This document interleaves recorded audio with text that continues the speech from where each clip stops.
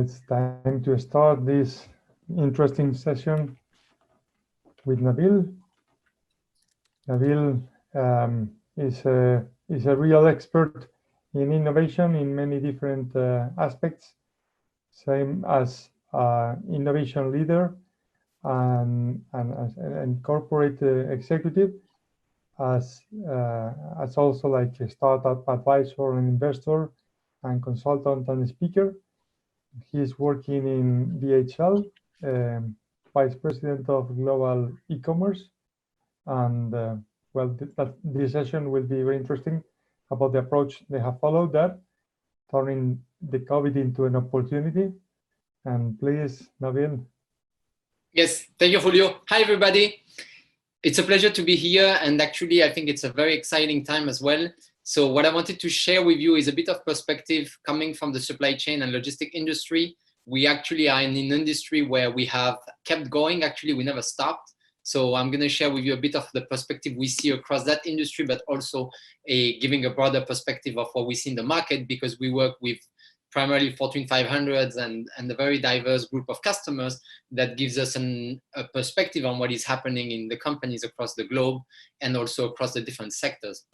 So I think the first thing is we are in a time, and you're probably going to hear this quite a lot as we are in these conferences, or you've probably heard this also as part of the last week, but we're in a time of true change. We're in a time, depending on regions or the countries, we are talking about different level of significance in regards to change, but we're in a time where we have an opportunity of reinventing and also adjusting the way we are doing things. So we're not talking only about businesses, but governments, general companies, education systems, but also we as people on the way we interact with each other.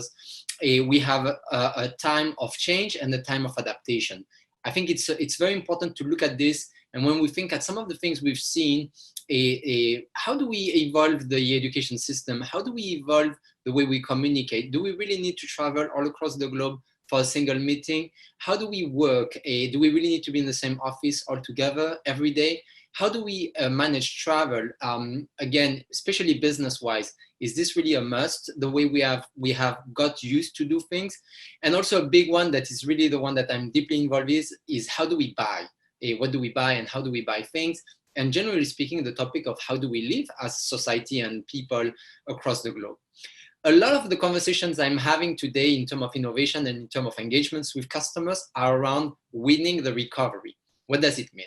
We went through a difficult time for most of the companies in most of the sectors. Now it's all about how do we get back to business? How do we win in this time of recovery? And how do we make sure we are ahead of the game in regards to what needs to happen and what can we be doing as an organization?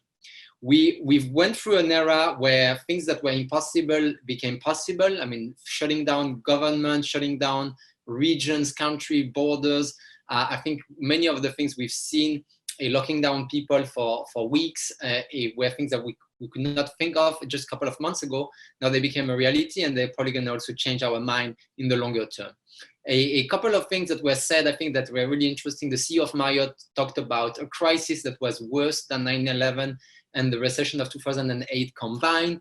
We've seen we track a lot of the earning calls statements from major CEOs, because that gives us also a sense of what is being said to investors and to the market. And when you look at these two statements around unprecedented and supply chains, the amount of time they've been mentioned in the latest quarterly reviews compared to traditionally how many times they were said, that's also give you a sense of really, we are talking about an unprecedented time for everybody across all sectors. And we're also seeing things that are really still an adjustment for us. We think about Zoom video conferencing that we're using right now, being a company that is worth more than like the 7 or 8 biggest airlines worldwide. It's also a significant shift. Actually, at that point of this visual, we were talking about like 48 billion. Now they're at 58 billion. So also, what is really the longer term trend on the way we're going to interact? I think we're going to talk a bit about this. Also, I think the other element that is very interesting is we are shifting, and we are seeing a lot of shifts around a conversation that is innovation driven by technology towards innovation driven by people and behavior.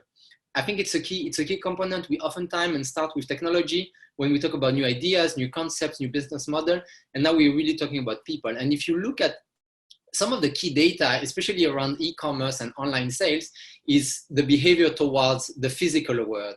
You know, do people want to go back to malls, to restaurants, to stores, to theater, and so on?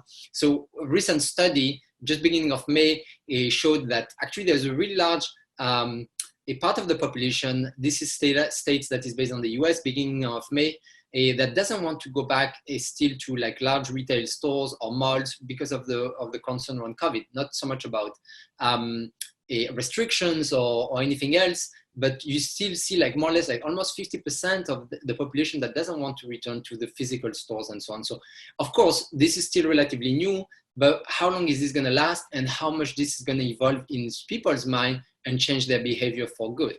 I'll show you a bit of more stats there on this. The other thing is, we are talking about acceleration. I don't think we're talking in all dimensions around seismic shifts, but we're talking about acceleration. And I think that's a key part. I was with the head of strategy of a major client of ours in the cosmetic and beauty space. And he told me, Nabil, we're gonna see what we expected to happen in 10 years to happen in 10 months in terms of acceleration and shift. So it's really around who is the fastest, which company is gonna be the one that goes and implement and is able to win that recovery phase that is gonna be positioned in the long run as the winner.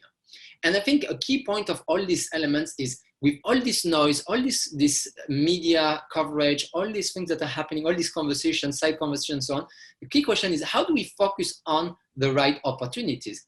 And it's very difficult to focus and think about what are the true opportunities related to my business compared to the entire noise that I'm hearing and I'm seeing in the market. And I think there are 3 dimensions that are very important and very good to look at because nobody has a crystal ball, but we can look at major shifts and data that tells us what is happening, not only on the consumer side, but also as to what organizations are doing and saying. So the first one is just thought leaderships and like big statements of positions from large CEOs or influential people.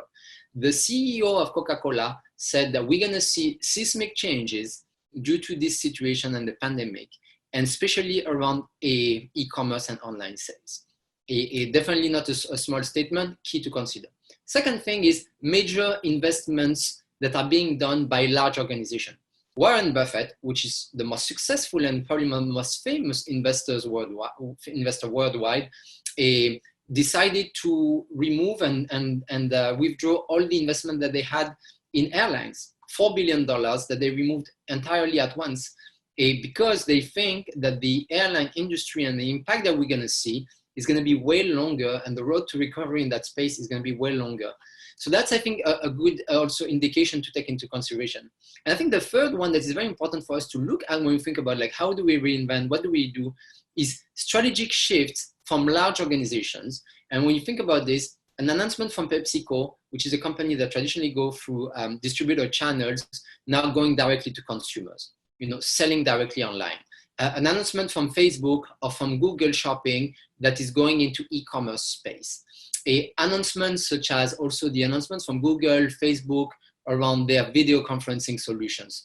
Why are these companies so important? They drive customer behavior change, and they drive a general behavior in the industry because of their reach, their scale, and the impact that they have on consumers in terms of being able to promote, develop new business model, and so on. And Amazon also has mentioned that they were pushing $4 billion in Q2 towards a COVID-related expenses. So these things are key data for us to take into consideration, and that should be the way we look at, well, this is what I see in terms of impact, the tip of the iceberg, but these are the opportunities that are gonna come out of some of these changes, and how do I position myself to be in the game? To do that, I think there are 2 key aspects that we need to think of as the start. Number 1 is we have to think differently. And number 2 is we have to separate what is the past and what made us successful as organizations and people to the future. So the first one, when we talk about think differently, I have the chance to be part of the COVID think tank of NASA. we had the group. So NASA has a cross-industry innovation group, and part of that group, they put it together to start to think about what type of solution, what type of things and initiatives should we be thinking about to avoid similar situation like this in the future. And when you think about this, NASA, when they think about that and they try to find a solution, they are not bringing only engineers or very smart engineers or scientists and so on. They bring together a group of very diverse opinions with people that in the team, we have people that are a legal lawyers, legal background, a IP background, a consultants, artists, a designers, they brought even logistic guys. You can imagine how diverse they go. But what I mean by this is they bring people with different background, because that's a key point and that's a key step for us to try to think about how do we adjust to these new shifts and how can we look at really innovative way of thinking to come up with new ideas. And the second thing is separate the past from the future. And I think to describe this, I think it's very important is whatever has worked up to today might not necessarily work in the future. And some of the industry that we think that were untouchable, airline business and so on, they might be actually touchable. And the industries we are into also might be impacted in the longer term. But I think a good statement is, there was this very famous statement from Steve Ballmer when he was the Microsoft CEO in 2007, where he said that people will not find the iPhone appealing because it didn't have a keyboard. And when you think about this, is I think one of the best example of looking at the past to try to describe consumer behavior in the future. If you think about it today, you think about who does even want to have a device, right? I mean, if you could have all the functionalities you have on your smartphone without a device, we probably would say, yeah, I'll take it. I don't want a keyboard. I don't want to have to touch anything. I don't want to have to break my phone.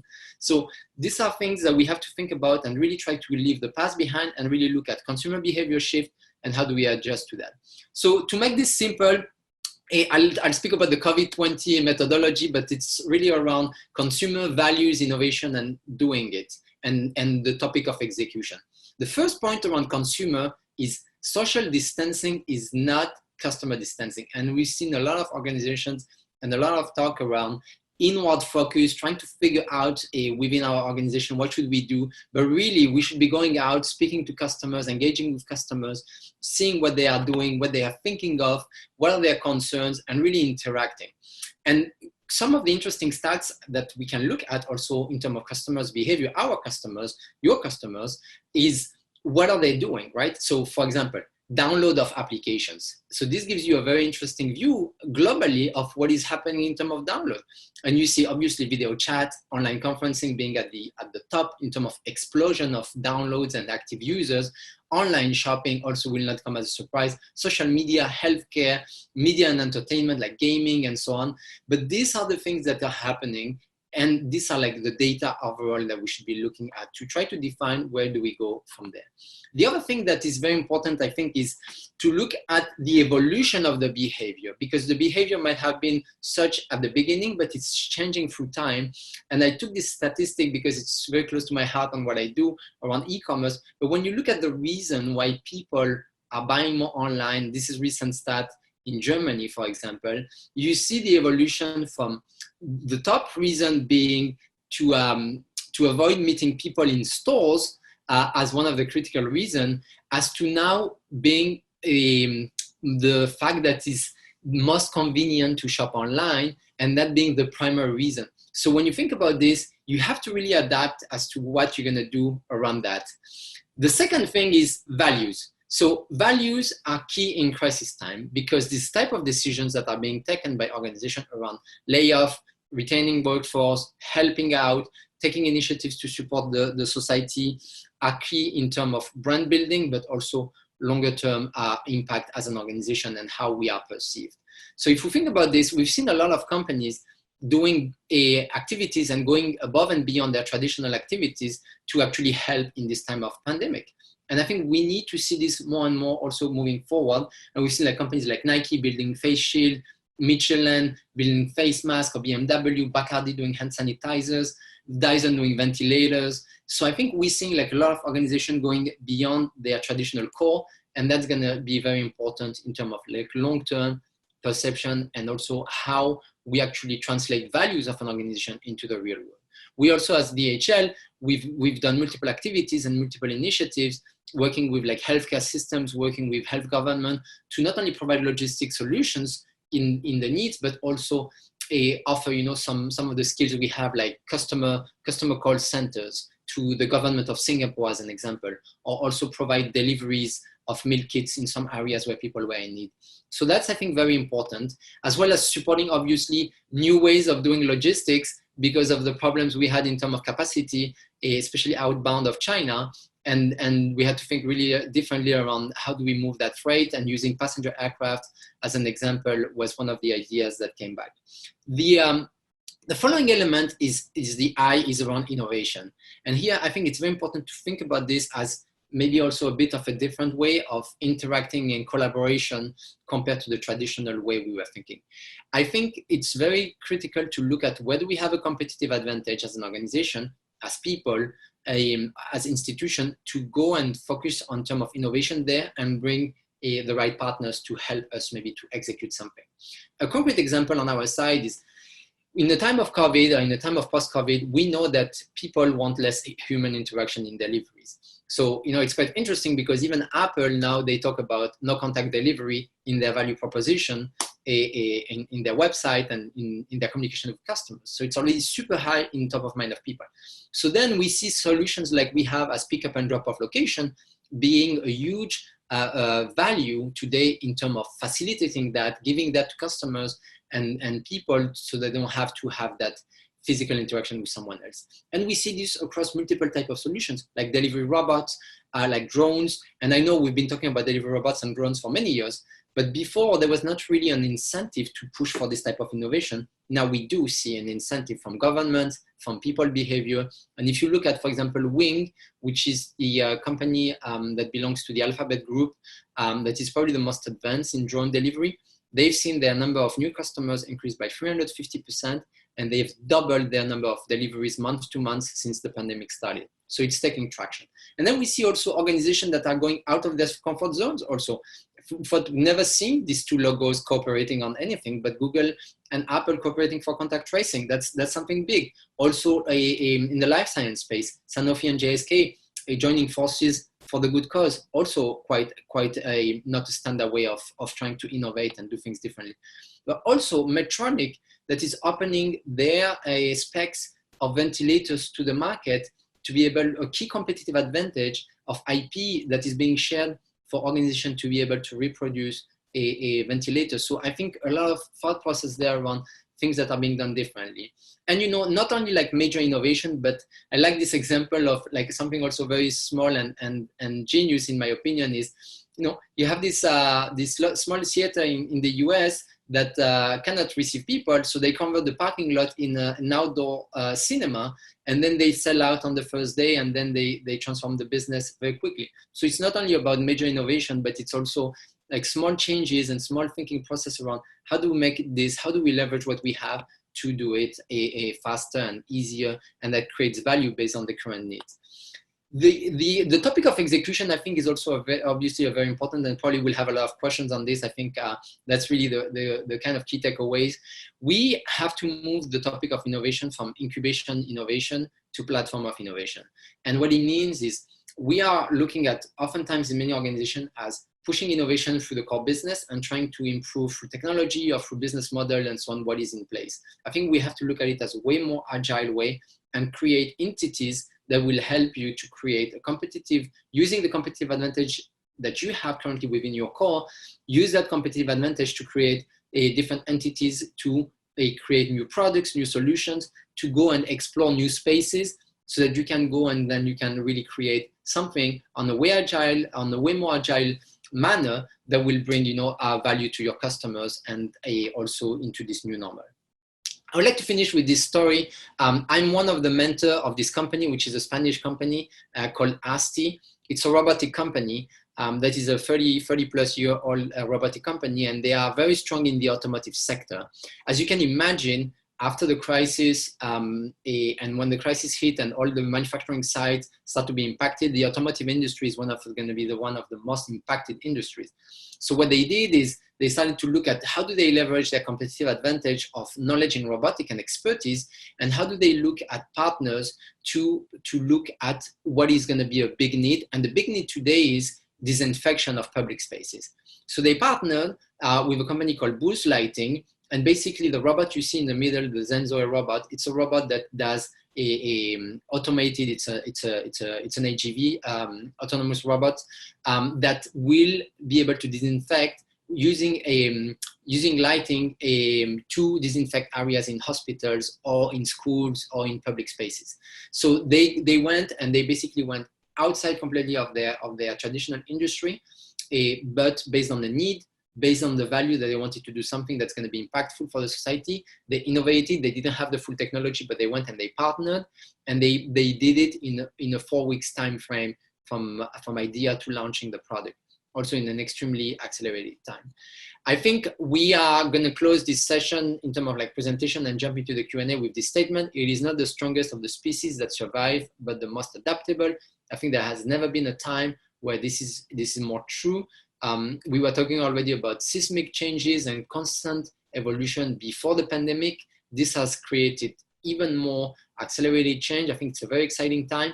And the most important for us as innovators and people that are thought leaders in our organization is to go and look for what are the opportunities, where are the shifts happening that are relevant for us, go and push there with an agile way and creating, as I said, probably micro entities or smaller groups that will go and work on this with a level of autonomy that allows them to not have to go through maybe an entire structure, process or approval and so on.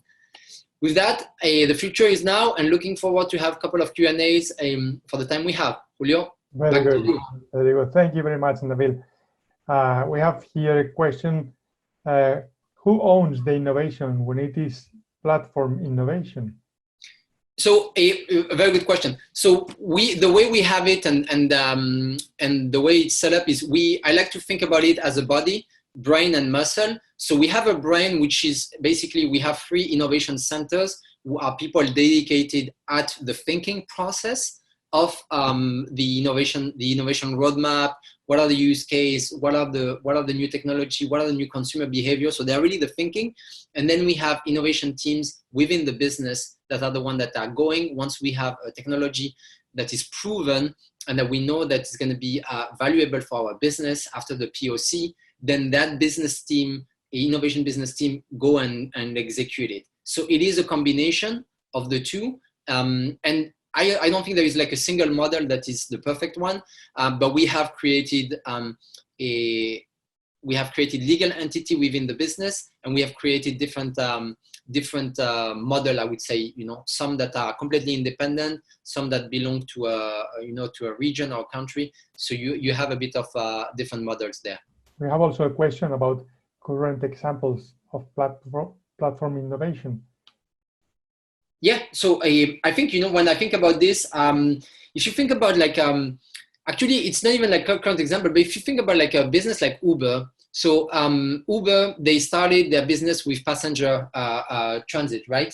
Now then they launch Uber Eats, and then they launch Uber Freight, and then they launch multiple, now they launch Uber Parcel. So what they do is basically they look at what is their core business, and then they go and they create additional business around that. But they still use their core technology and their core strength, which is the network that they've created, their technology of managing mobility, and that's what they use. But it's valid for Amazon the same. Amazon start with an online business. Under that, they need to start to have huge data model and data solution to manage all the information they get from customers for recommendation and so on. They create AWS, and from AWS then start to create multiple solution platform under that umbrella. And then they start to go within the e-commerce, they start to go into the physical space. So, there are multiple ones. Actually, most of the businesses that are used as innovator, like the Airbnb, Uber, and so on, Netflix, they all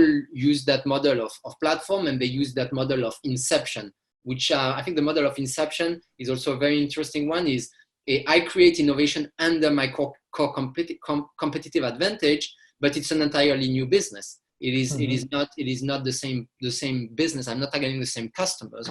I'm targeting others, or I'm taking maybe the same customer, but something that is another additional revenue stream. Yeah, we have another question. One of the major learning of the COVID-19 pandemic is the major impact of our economy on the environment. Winning the recovery requires to be back to the same way of lives, transport, and consumerism. How could the supply chain industry adapt to sustainability issues in post-COVID period? Yeah, so I think it's a great question. I think if you think about DHL as an organization, we were the first organization putting a targets in terms of sustainability in logistics, but also one of the first one across all industries. We have like 2050 target to be CO2 neutral. We actually launched an entire project that was launched within that platform of innovation to build electric vehicles, because we could not find a company that was doing delivery vans back in 2010 when we started the journey. So I think the question of I think we were seeing organization already coming on the way in terms of like sustainability. I think this is raising the topic, raising the awareness of companies in the absolute need to do something faster. I think we just saw, I think it was 2 weeks ago, Zalando announced that they will not take merchants that are not sustainable, for example, under the platform. Also, it's going to be a must by 2023. So in terms of supply chain, I think we are seeing couple of activities and movements from many companies. Maersk also made an announcement in the shipping industry. We see electrification of the fleet becoming one of the key components of that journey. We see automation being also an additional component of that journey. So I think it's underway. It is just that it's a large scale. It's heavy in terms of like investments and so on. So it is not like a software solution. Here we're talking about like large infrastructure with very large cost. It takes time, but I think we're on the way, and I think it's going to be a huge opportunity for us. Really, I think there is a huge amount of waste that is done on travel, business travel particularly. I think it's a huge opportunity for us after a couple of months where people are used to work more remotely, to be doing this. That will be also a key contribution. We have some more questions.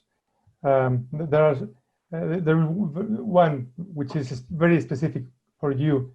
Yeah. Regarding collaboration, strategic collaboration. How does DHL address collaboration strategically? How does innovation at DHL become more open? Well, I mean, I will tell you, most of the innovation strategy that we have, they are with partners. And I'm not going to say all, but I will probably put a number that is more than 90%.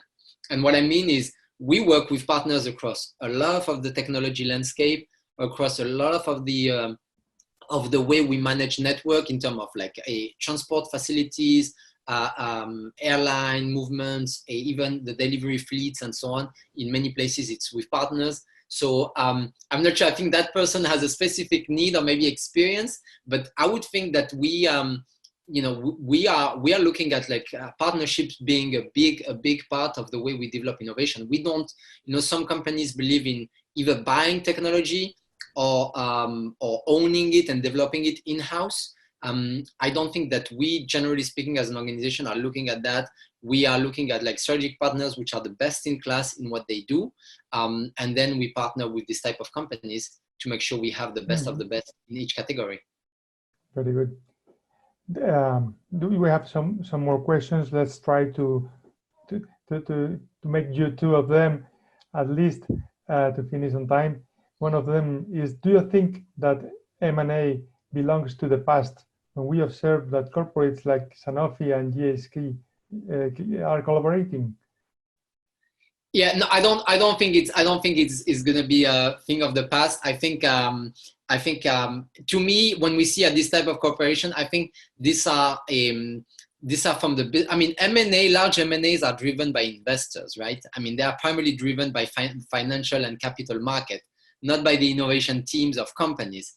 I think what we see there, we're going to see a lot of innovation-driven mindset from the teams that will allow this type of models and be less closed and have more people in the innovation organizations being like more open. But I don't think that M&A, which are primarily driven by financial markets, will change, because there will be a lot of good deals to make also in the coming months around organizations to be acquired. And I think we're going to see a couple of them in terms of consolidation.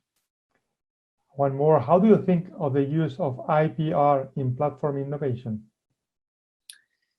So yeah, I think this is one of the trigger, you know. I think this is not all of it. I think it's one of the dimension that we should be considering. But you know, when I think about the platform innovation, for me, it's not like a silver bullet. It's really around if you have some of the knowledge that you think is really critical for the success of your long-term business, then you know, you might want to keep that, and I think that's okay. But there are so many aspects of the business that are driven more by a old school mindset rather than truly competitive advantage.